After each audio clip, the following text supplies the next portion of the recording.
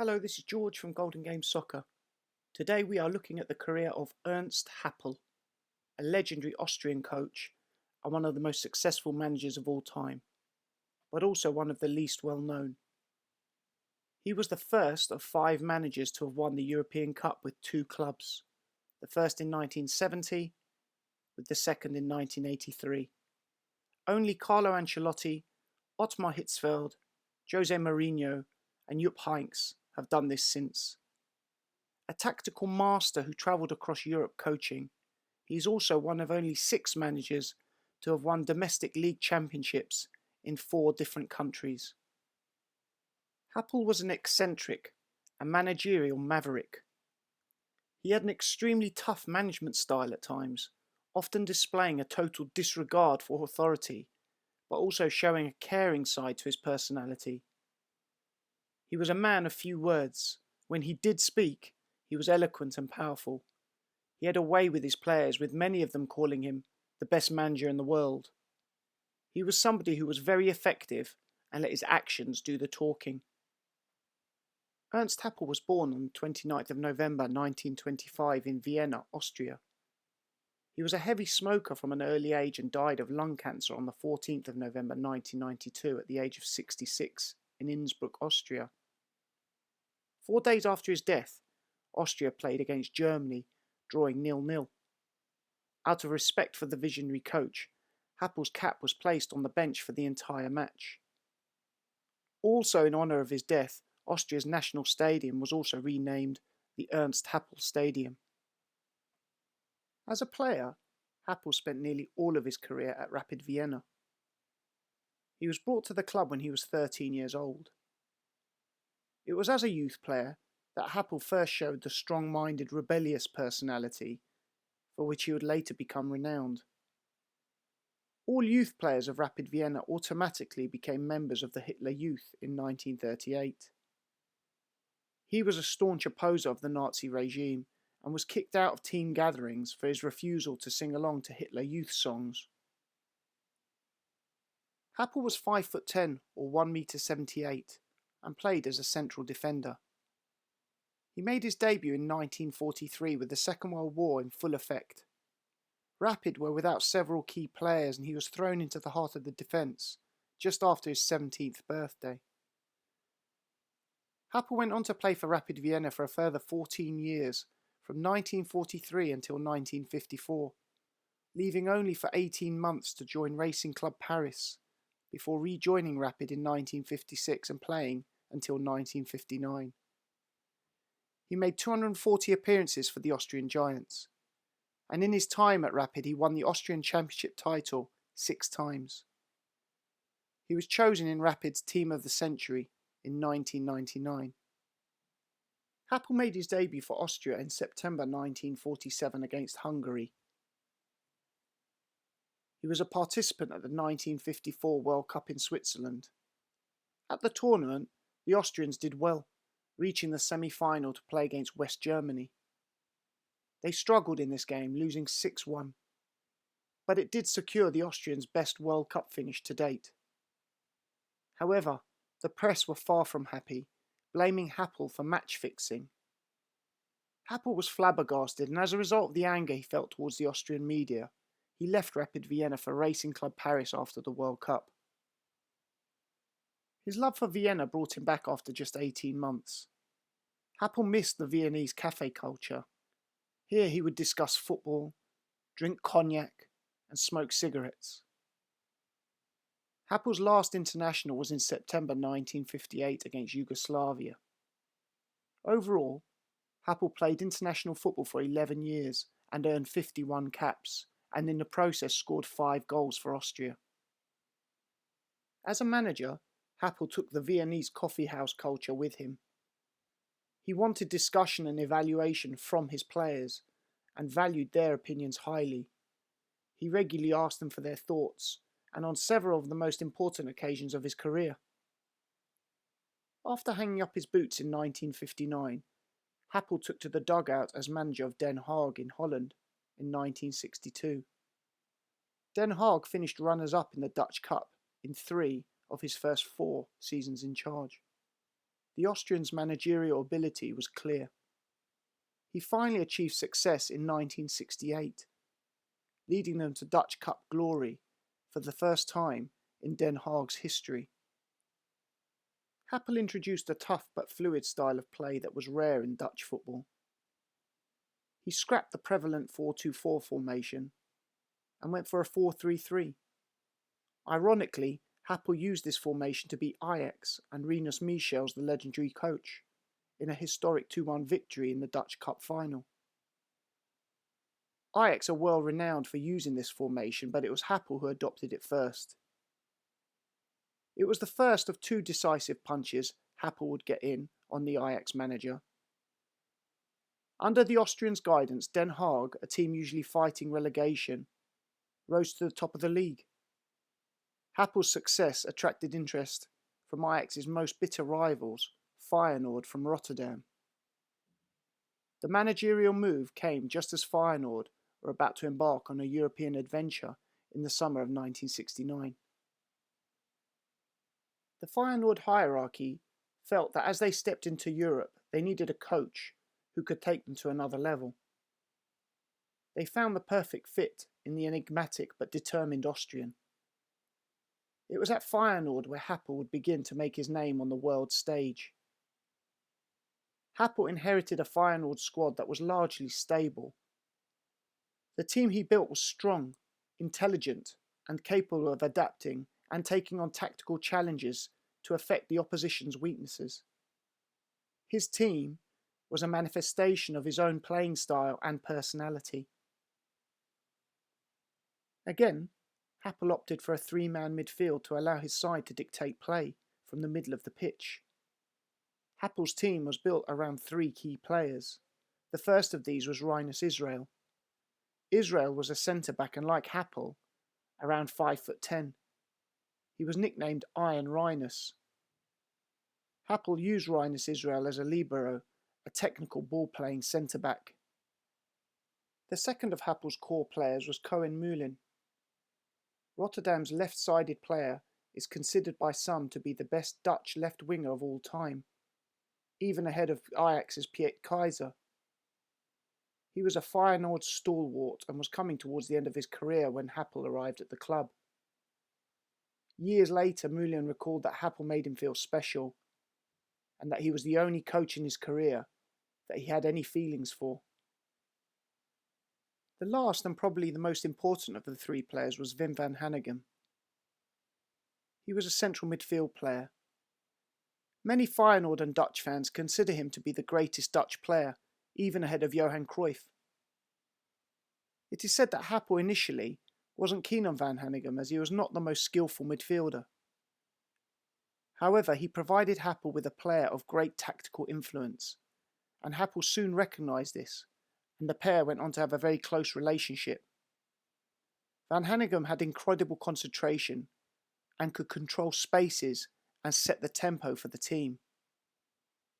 He also played a similar key role in the Dutch side of 1974. On the road to the European Cup final at the San Siro in Milan in 1970, Feyenoord beat Reykjavik, Vorwärts Berlin and Legia Warsaw.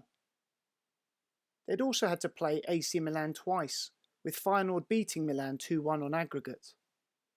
This was something Ajax had failed to do in the European Cup final the year before, where they were soundly beaten 4-1.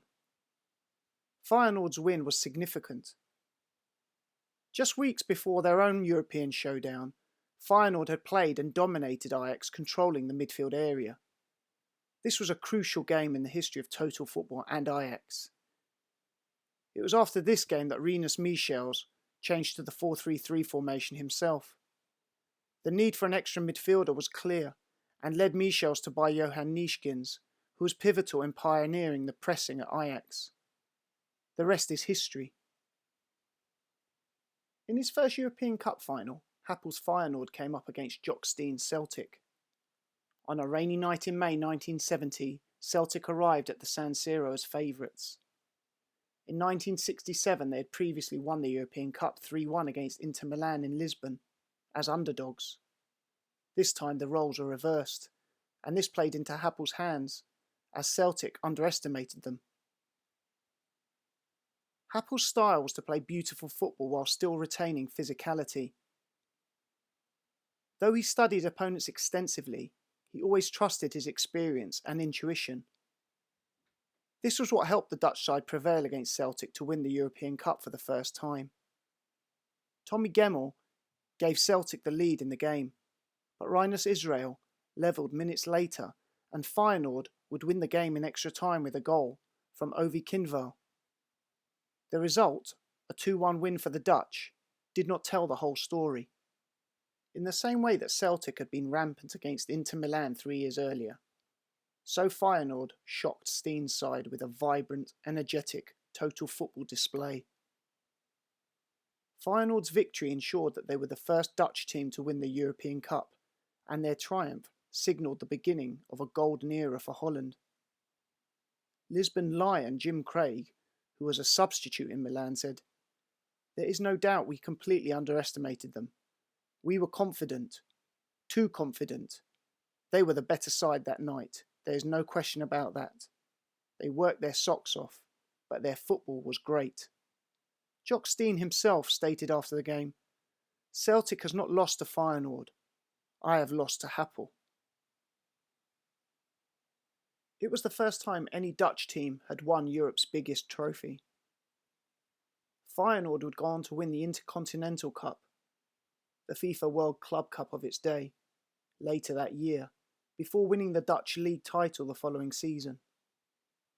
Happel later reflected, after leaving, "I subsequently did not encounter a team like Feyenoord, balanced, with attitude and character." After winning the league with Feyenoord, the following 2 seasons were trophyless, as Ajax dominated. Internal club politics and a lack of adequate player recruitment led to Happel leaving Holland to join Sevilla, a club in Spain's second division. After one uneventful season, he joined Club Brugge, where he would have yet more success. When Happel arrived at Bruges, he made some significant changes in terms of the professionalism required from the players and the intensity that they trained and played at, just as he had at his previous clubs. He also brought in some younger players who could handle the higher workloads. Happel's pre-season preparations were grueling and intense. He was a physically intimidating sight and wore a massive fur coat that had reportedly once belonged to a Siberian wolf. Happel's footballing philosophy of tidy and quick passing, coupled with an early form of pressing, took some time to bed in. The first season was transitional and ended without silverware.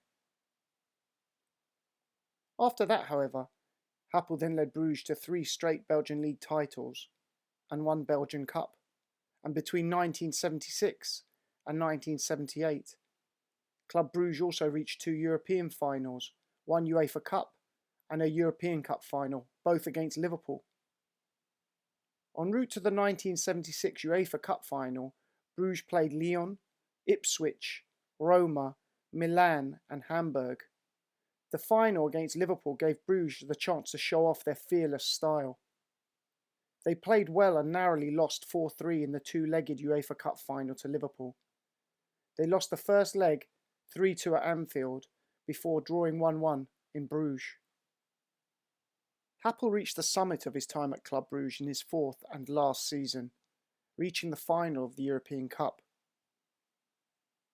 To get to the final, Bruges had played Kups from Finland, Panathinaikos from Greece, Atletico Madrid from Spain and Juventus from Italy. The final of the European Cup took place at Wembley with Liverpool, again the opposition. With injuries to key players, Bruges were forced to play defensively. They attempted to shut Liverpool out, but struggled to create many chances of their own. This was in complete contrast to when the sides met in the final of the UEFA Cup 2 years beforehand. In the European final, Liverpool fought to a 1-0 victory with a goal from Kenny Dalglish. Club Bruges' achievements showed the full power of Happel's coaching style and unique personality. Although he rarely spoke, his skills in communicating a highly effective style of play and in creating a powerful team ethic were clear. Happel's impressive success with Club Brugge is still unmatched. No other Belgian team has reached the European Cup final. The next season, Bruges were eliminated in Europe in the first round. Given the Austrian's erratic and stern character and the demands he placed on the players, the dressing room dynamics deteriorated and Happel resigned. During his final season with Bruges, Happel took on the role as Netherlands manager alongside his club management position. Argentina was set to host the World Cup that year. Holland had qualified, but the Dutch FA wanted an experienced manager to take care of a depleted squad following the success of the 1974 World Cup where they had reached the final. Ahead of the tournament in South America, Johan Cruyff, Holland's star player, shockingly retired from the international game amidst fears for his safety in Argentina, who were led by a military dictatorship at the time. In early 1978, Cruyff faced an attempted robbery at his home in Barcelona. Cruyff, his wife, and his children were tied up before Johan managed to wriggle free, and the robbers fled. Cruyff understandably found it impossible to leave them and travelled to Argentina. Unlike the 1974 World Cup, in 1978 Holland were not at their fluent best. They were lucky to progress past the first round. In their opening game, they beat Iran 3-0, but instead of building on this result, they drew with Peru 0-0. In their final group game, they lost 3-2 to Scotland, but somehow qualified on goal difference. The Dutch regrouped for the second round, beating Happel's native Austria 5-1, then drawing 2-2 against reigning 1974 World Cup champions West Germany, before beating Italy 2-1. Holland met the hosts of the tournament Argentina in the final. The Dutch played in a vociferous atmosphere in River Plate's Estadio Monumental Stadium. Holland's Johnny Rep would later describe the atmosphere in the stadium as boiling. Mario Kempes gave the Argentinians a deserved lead 8 minutes before half-time. The Dutch managed to equalise on 82 minutes through Dick Nanninga. In the last seconds, Rob Rensenbrink's strike was a whisker away from giving them a dramatic victory, with the ball coming off the post.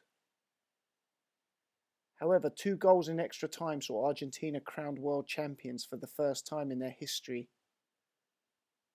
After the devastating defeat, Happel stood down as the Dutch coach and took a brief break from the game. Just 6 months later, Happel was back in football with relative minnows KRC Harelbeke in Belgium. It wasn't long before he took another big job though, as later that year he became the head coach at Standard Liège. After a Belgian Cup and Super Cup double in 1981, he moved again to Hamburg of Germany. It was at Hamburg that Happel was to confirm his reputation as one of the world's best coaches. Germany legend and general manager of Hamburg, Günter Netzer, signed Happel for his last big club in 1981. In 2006, he said of Happel, "Happel was able to explain to every player what exactly he wanted from him, the back four, pressing, offside trap, all of that he was able to explain. Not with words, he never spoke, and when he spoke, you were not able to understand him, but his training practices directly went into the flesh and bones of every player." During his time at Hamburg, Happel mostly refused to talk to the media, letting the players do that for him. He immediately won back-to-back German championships and finished runner-up in the UEFA Cup in his first season, losing to Gothenburg from Sweden. In 1983, Happel lifted his second European Cup. They beat Dynamo Berlin in the first round and Olympiacos from Greece in the second. They beat Dynamo Kiev in the quarter-final and then Real Sociedad in the semi-final. This meant that Hamburg had to play Juventus in the final. During Hamburg's pre-match walk before the European Cup final against Juventus at the Olympic Stadium in Athens in 1983, Happel asked his players if they should man-mark Juventus' most important player, Michel Platini, in order to take the Juventus star out of the game. The Frenchman would end the season having scored 21 goals. But the Hamburg players didn't think it would be necessary to man-mark him to limit his influence on the match, instead choosing to zonal mark and share the responsibility. Happel trusted them, and he was rewarded with his second European Cup, following a 1-0 win via Felix Magath's long left-footed shot into the top right-hand corner. During the celebrations, Happel, to the surprise of both players and supporters, danced down the touchline in complete contrast to his usually reserved demeanour. Goalkeeper Uli Steen, remembering it years later, said that Happel showing his emotions was as unusual as seeing the Pope in swimwear. With this, the Austrian became the first manager to win the Champions League with 2 different clubs and remains, to this day, the only manager to have led 3 different teams to the final of the competition.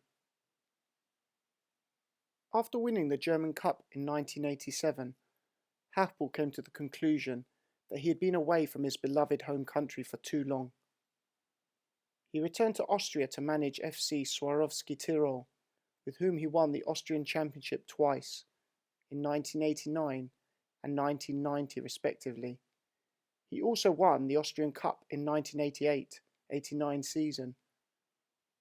As a result of the league title victories, he became one of 6 managers, along with José Mourinho, Carlo Ancelotti, Giovanni Trapattoni, Tomislav Ivić and Gerets, to have won the top division in 4 different European countries. In 1992, Happel took his last coaching position of his career, becoming the manager of the Austrian national team. Given his experience and obvious motivation, he would have been extremely keen to lead them into a major tournament. Sadly, a year after being appointed, Ernst Happel passed away aged 66. He died of lung cancer. 4 days after his untimely death, Austria played Germany in Nuremberg. Happel's cap was placed on the bench for the duration of the match in his honour. Ernst Happel's achievements are truly incredible. They put him in and amongst the very best coaches of all time. Amazingly, however, he is a coach who doesn't get the recognition others have received. Although Feyenoord and Hamburg are not small clubs, the fact that he won European Cups with these clubs is a real statement. To have reached the final also with Club Brugge, too, is exceptional.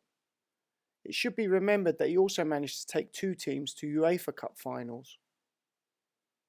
Winning league titles in 4 different European countries underlines his pedigree. Is there a better standard to measure a coach's abilities? For a manager to travel, adapt to new cultures and expectations and still produce winning football.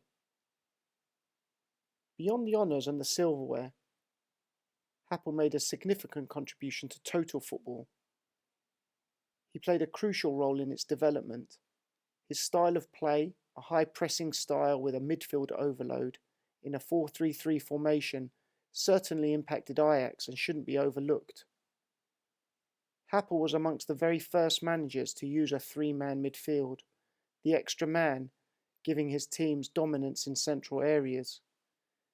He was also one of the first to employ an attacking midfielder who would play between the lines in advanced positions.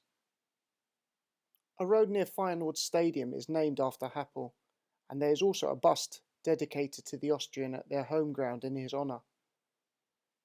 However, it's Austria's national stadium that stands as the greatest monument to the legendary coach's success, with the Austrians renaming it the Ernst Happel Stadium, a testament to the impact he had on the game and the nation as a whole.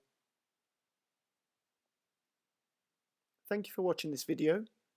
Golden Game Soccer is dedicated to serving football lovers, coaches and players. It aims to offer context and provide a platform for the football community to learn together. Please feel free to leave a comment or a request. Take a moment to check out the other documentaries on the channel as well as the other numerous coaching videos that are constantly being updated.